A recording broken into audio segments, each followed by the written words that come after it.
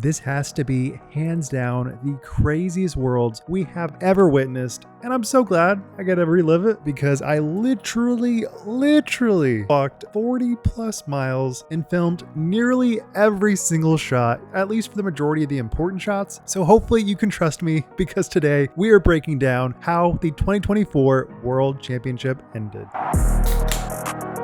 And to start off, if you do enjoy this content and want to support this channel, go to wildrunsdiscgolf.com and use code WORLDS24 to save 24% off your order. But if you do want a bag, apparel, or discs, it is a great place to go. But with that, let's get into the video. And I'm gonna start with MPO because honestly, FPO was just so much. It was so mentally taxing on the body, and I'm not even playing in it, I was just filming it. So let's just start off with MPO. If you do recall in a previous video I made, Gannon Burr called this exactly.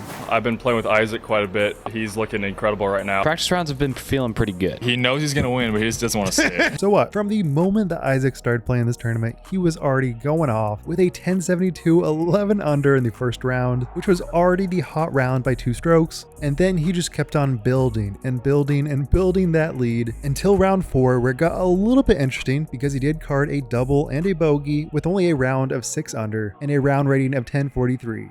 Just terrible getting a 1043. But at this point, Isaac was leading by 3 strokes over Niklas, and Calvin was 5 strokes back, which may seem like a lot, and it is, but for a course like this, anything can happen on these super, honestly gimmicky holes, where you can have a roll away in a moment's notice, and then the entire tournament is over. And no spoilers, but that totally happened to another player. And before we get into that lead card battle, just a big shout out to Eagle that carded 8 under on the final round, securing 3rd place for him. Sure, he's definitely not taking down 1st place, but that's really good for Eagle and where he's at in his current game, because I wasn't even sure he was going to be in contention, so the fact he was able to conjure up all these good rounds is just a great sign for him. But since we are talking about Eagle, speaking of punching the ground, Gannon Burr was kind of all over the place this entire weekend, and this was shown in the first hole of the final round, where he went out of bounds and pulled an eagle and punched the ground. And after that hole and hole 6, he carded 2 doubles, which just put him so far back he was never even close to getting in the podium. But again, I still think there's so much time for Gannon that I'm not really worried about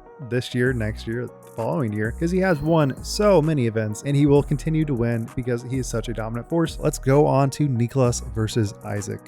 And yes, I did say Niklas versus Isaac because Calvin once again just can't find enough momentum to find his game in the final round moments with 7 OBs and 2 hazards. Just not what you want to see in the final round on lead card. We have Isaac versus Niklas, which is a very intense battle that I didn't know I wanted until I got it, and I was like, okay, this is actually insane. And both of them card birdies on the first 2, and I was like, okay, we might just get like a 12, 13 under. And while that did not happen, it was still incredibly riveting with so many close shots. But then we enter the fluky holes, and that would be hole 4, where there's a hay bale basically blocking a lot of the skip shots or any short shots. Isaac nails it while Niklas goes out of bounds. And after a solid birdie from Isaac, Niklas just narrowly missed the birdie putt, and it was looking like his chances to secure this Worlds was falling away ever so slightly because Isaac is just so dominant on these courses, and it is incredibly difficult for him to give up any strokes. But then right as you thought, okay, yeah, Isaac's probably gonna run away with it, seems very likely, they both go off on a birdie streak until hole 9, where Isaac's disc somehow goes OB, even though like the trajectory didn't make sense of how that could even happen. But whatever the case is, we have a 2-stroke swing because Niklas birdied that hole, and so we move on to the even more crazy elevation holes.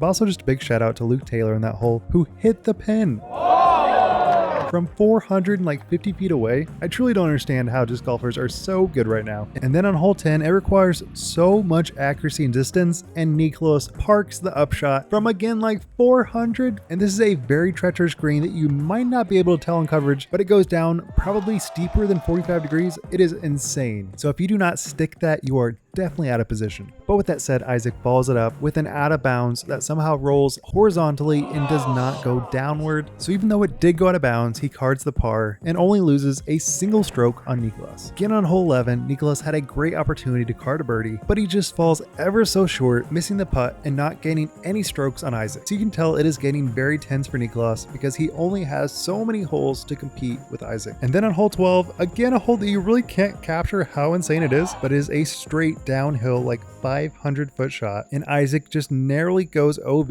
but much like the last OB, it is basically just a 20-footer tap-in. But Nicholas did go inbounds and is just at circle's edge, and he falls short and misses the putt. And at this point, I'm thinking, okay, yeah, Nicholas had a lot of chances, and it's just not going to work out. There's just no way he has enough time. But at least for me personally, ever since I met Nicholas in Finland, he has been the person I root for again and again. So I know commentators are not supposed to have an opinion or bias, but man, I was rooting for Nicholas so hard in this moment. And after they both carded birdies on hole 13, it was looking like time was running out. And you can tell in Isaac's game, he's like, all right, I'll play putters and not go for too much distance. I'm fine with that. It gets a little squirrely on hole 14, but unlike so many people that did not have good luck on this hole, he just barely parks it and takes the par. And then Luke Taylor out of nowhere cards the insane 65-foot birdie, which again, you may not think that's insane, but the amount of elevation this requires and the amount of trust in your putter is something that I do not think anybody has unless they are like a top 100 player. So everybody was going crazy.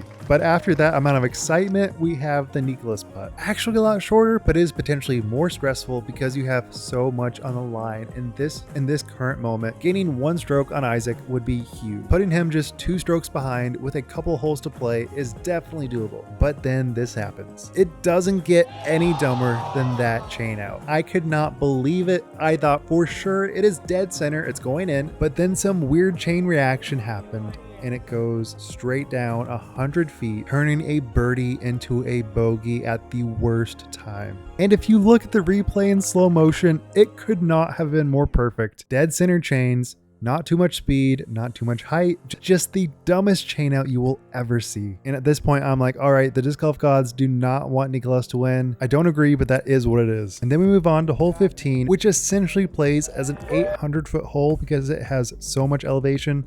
And Isaac just plays a lot of low speed disc for an easy par, even though he did hit a tree early on his 3rd shot. But after that, Nicholas narrowly missed the trees and cards a birdie. So at this point, Nicholas has to secure 3 strokes. And I would say these last 3 holes are pretty hard to gain any strokes, so it is a tough task. And Nicholas throws a bomb roller, but it was just a tad too aggressive and goes out of bounds. And at this point, you could tell he was devastated. He knew it was essentially over. There was just no way Isaac was going to give up anything, partying an easy par on 16, and then actually running it on hole 17, which feels a little bit funny. But he cards a bogey as well as Nicholas, and so we move to hole 18, where Isaac leads by 4 strokes. And there's really not much to say here, and both Nicholas and Isaac make easy work of it. So Nicholas taps in at 4 strokes behind Isaac, securing 2nd place, and Isaac goes back-to-back World Championships. Absolutely unprecedented in the current era of disc golf. I know there's been a lot of legends, especially Paul, that has done it literally 4 times, which is very impressive. But in this current era, with so many people fighting for the win and having insanely high skill ceilings, this is absolutely insane. And throughout New London and Ivy, there was so many points where Isaac was just so locked in that it didn't feel like it was even a race. That is not to say the other players did not do well. I think Joey Buckets, I think Nicholas, and Eagle, they all performed so well at so many points during this tournament, but none of them seemed as able to throw these insanely precise shots again and again with a level of trust in putting that almost feels untouchable when Isaac is really feeling it. And just some fun stats, Isaac has the same amount of Worlds wins as Ricky. That almost doesn't feel real, especially when you think about the amount of wins that Isaac has, which is definitely not a lot, but it also includes 3 majors. Are you kidding me? And another very interesting stat, Isaac only cards 39% birdies on this final round. In comparison, Simon that round carded 1 eagle and 67% birdies, but only carded 2 bogeys, allowing him to not ever truly have to push, which was actually totally confirmed in his interview. So here's what he had to say after going back-to-back World Championships. I can't say it enough. It's crazy. I knew I would have to come out hot, and so I really tried to put the pedal down the front 9, because I feel like that's easier to score for me. And then I knew once I had a little bit of a lead that I could still play my game, but force them to kind of go for things that you know, they would have to chase me down.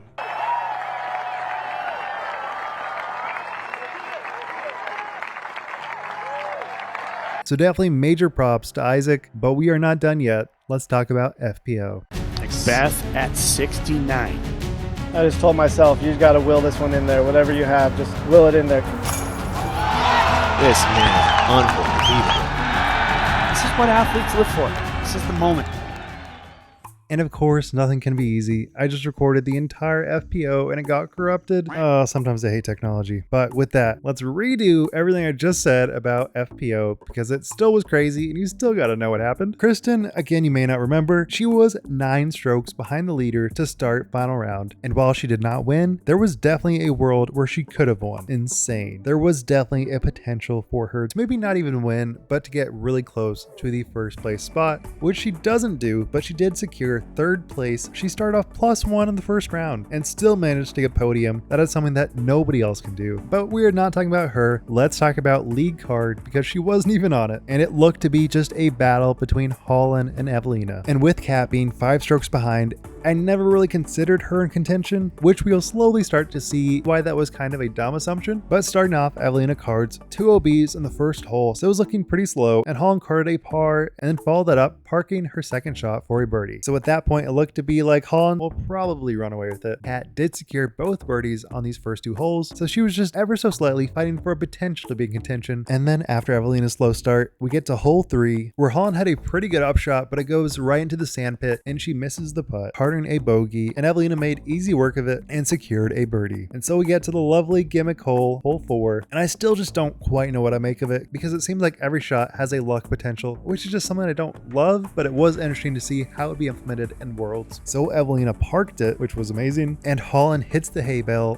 going into the hazard again, and then jams in the putt for a par save. And then we move to hole 5, which is honestly a pretty easy hole for them. There's really nothing too crazy until you get to the top of the hill where there is these 2 set of trees, and it feels like it's not that hard, but I kept seeing so many players fall into this trap where they would throw a forehand and it would get trapped in the trees going straight into the out of bounds. And that is the exact fate that Holland had, turning a birdie potential into a bogey. And then Evelina from about 20-25 feet has birdie potential of her own and misses the putt pretty badly. So she only gains 1 stroke on Holland. And then on hole 6, Evelina and Holland go out of bounds. And I would say Evelina on these kind of par saves, she does not do too well because it's just around that range where she gets into her head and feels like she's going to miss it. And so she does miss it. But for this putt, she was very confident and jammed it in. And Holland did the exact same thing as well. And so we go to hole 7 where they both go out of bounds. They're just kind of twinning at this moment. And a player I didn't really think was going to be in contention falls right into place with another insanely good putt on this hole. And so she cards a birdie while the leaders card bogeys, so she gains 2 strokes on both of them. And then on hole 8, she cards another great birdie. And Evelina had a birdie look of her own, but again just whiffs it, and it feels so painful because you know she has the potential to putt it normal, but she does this weird like hyzer super elevated putt that just never looks good and never goes in. So at this point I was kind of counting Evelina out. And then we move on to hole 9, which is again one of these kind of like easier holes. You just have to throw it clean off the tee and then throw another 300-foot stock shot, which I know everybody in league card is capable of. And Kat and Holland do just that, carding birdies. And since Evelina threw OB off the drive, she was kind of trying to do a little bit too much. I think it got into her head a little bit that she had to save it, and she's left with a very treacherous death putt, which she totally airballs. And then it rolls right around like circle's edge, and she misses the comebacker. And so she turns a par into a double bogey. And at this point, I'm thinking, okay, Evelina's out. There's just no way she can come back from this, especially when Kat and Holland are kind of looking a lot more confident than they have in the first half of this round. But then on hole 10, they all card birdies, which is on an 834-foot hole. And then on hole 11, Kat and Holland go a little bit wide, and Evelina is left with like a 25-footer again, and you just know she has the potential to make it, but she doesn't. And it remains consistent. It's just not even that close when it gets to this high stress moment. But because the leaders didn't birdie, she didn't lose any strokes on it. Just another one of those putts that if she did make, she would have been in the lead by a decent margin. But then on hole 12, Kat and Holland go out of bounds at pretty much the exact same spot, and basically their only option is pitch up for a bogey. And then Evelina's shot looked so much better, so much cleaner, but it just bounces into the OB right next to the basket. And so even though she did go out of bounds, she has a very good look for a par save. But because this is Evelina and it is a high stress situation, she misses that putt and then misses the comebacker, once again turning a par into a double bogey. And at this point I was like, I don't see a world where Evelina can clutch up. Like maybe, but it'd be pretty tough. And then on hole 13, Evelina makes an insanely impressive birdie, putting her 2 strokes behind Kat and 1 stroke behind Holland. So we move to another gimmicky hole, hole 14, and Evelina threw 2 amazing bombs, leading to what was kind of stressful but still very manageable birdie, and Holland is left with this 100-foot upshot, which may seem not that hard, but in the moment anything can happen and you are stressed no matter how it ends up. And she didn't miss it down the hill, but she did miss the OB line and throws it right into the OB. And then Holland's shot goes a little low, and when it goes low, it goes really low and rolls right into the OB, effectively ruining any chance Holland has at winning Worlds. And then Kat jams in her putt, and so Kat leads by 1 stroke over Evelina. And if you're betting, I'm probably going to bet Kat. Like, I think Evelina is a great player. I think she's one of the best players of all time, but this is still an incredibly high stress situation with lots of putts still to go. But immediately after I say that, Kat goes right into the out of bounds on the next hole. And I kind of think Evelina has like this competitive mentality where when somebody does bad, she feels a lot more confident about her game because she's less worried about looking really bad. And so she throws an incredibly powerful, clean first drive. And then her second shot was just so perfect, right up to like 100 feet, and has an easy pitch up for birdie. And since Kat did go out of bounds, she cards the bogey. And so Kat decides, I have to run it and I have to go for the birdie on hole 17. And she just narrowly bounces off the ground into the OB and cards a bogey. And Evelina, playing it safe, just goes for the par and almost bounces off the tree into the out of bounds, but luckily for her, it does not end up there, and she cards the par. And so we go to hole 18, where Evelina throws a bomb. One of the best shots I saw all weekend, at a point where she probably didn't even need to, because she was leading by 3 strokes after that insanely good first drive. It was basically just a done deal, even though her pitch up to the basket was a little stressful because you saw it roll a little bit, and it could have rolled all the way back down, which, if I'm doing the math right, would have amounted to a playoff, which I still think Evelina would have won, but man, crazy that almost happened. But she taps it in, securing her first world championship, and I could not be more excited for Evelina. I have been saying this for literally years. Evelina is the best player when she gets a handle of her putting. Now, that didn't actually happen this weekend. Her putting was still not the best, but that does not matter because she proved to everybody else that she can win tournaments without elite level putting, because she is such an amazing thrower and gets higher fairway percentages than anybody else. And it doesn't matter if it's woods, it doesn't matter if it's open, it doesn't matter what line you require Evelina to throw. She can throw it so much better and cleaner than anybody else in the division, and I am so excited for her to secure this first world title. Yeah, I don't know, it feels so crazy, and like I have been dreaming about this like all my life, so means a lot. Yeah, I don't know, putting was so hard today, and like so weak putts all the time. Never give up, I guess. And I know my grandparents are watching, but they don't understand English, so moi mummo ja vaari, terkkuja täältä ja rakastan teitä. Virginia, this is your world champion, Evelina Solinen! And even though I don't typically feel emotional over disc golf, I did feel a little emotional when she was excited. All of her friends, aka players, were screaming her name, jumping all over her. I felt like this is just the peak of disc golf. This is what you train for. This is what it is all about. And I am so excited that she was able to secure the win. Even if it did require Kristen to kind of be lackluster, I truly believe no one else is as good as Evelina when she is in her element. I know Kristen's amazing. Obviously, I think she probably should have won this. But if Evelina can figure out a way to putt that has high degrees of consistency, I truly think there's no one else that can touch her. But that's just my thoughts. What do you guys think about all this? What did you think about Evelina and Isaac securing a world title? I would love to know, because this is just wild and I cannot believe it ended up this way, requiring so many weird rollaways. This is this is just how it goes in disc golf. So with that, thank you guys so much for watching. If you want to support me, go to wildrunsdiscgolf.com, use code WORLDS24 for 24% off your order. So with that, Wild Runs signing out. Peace.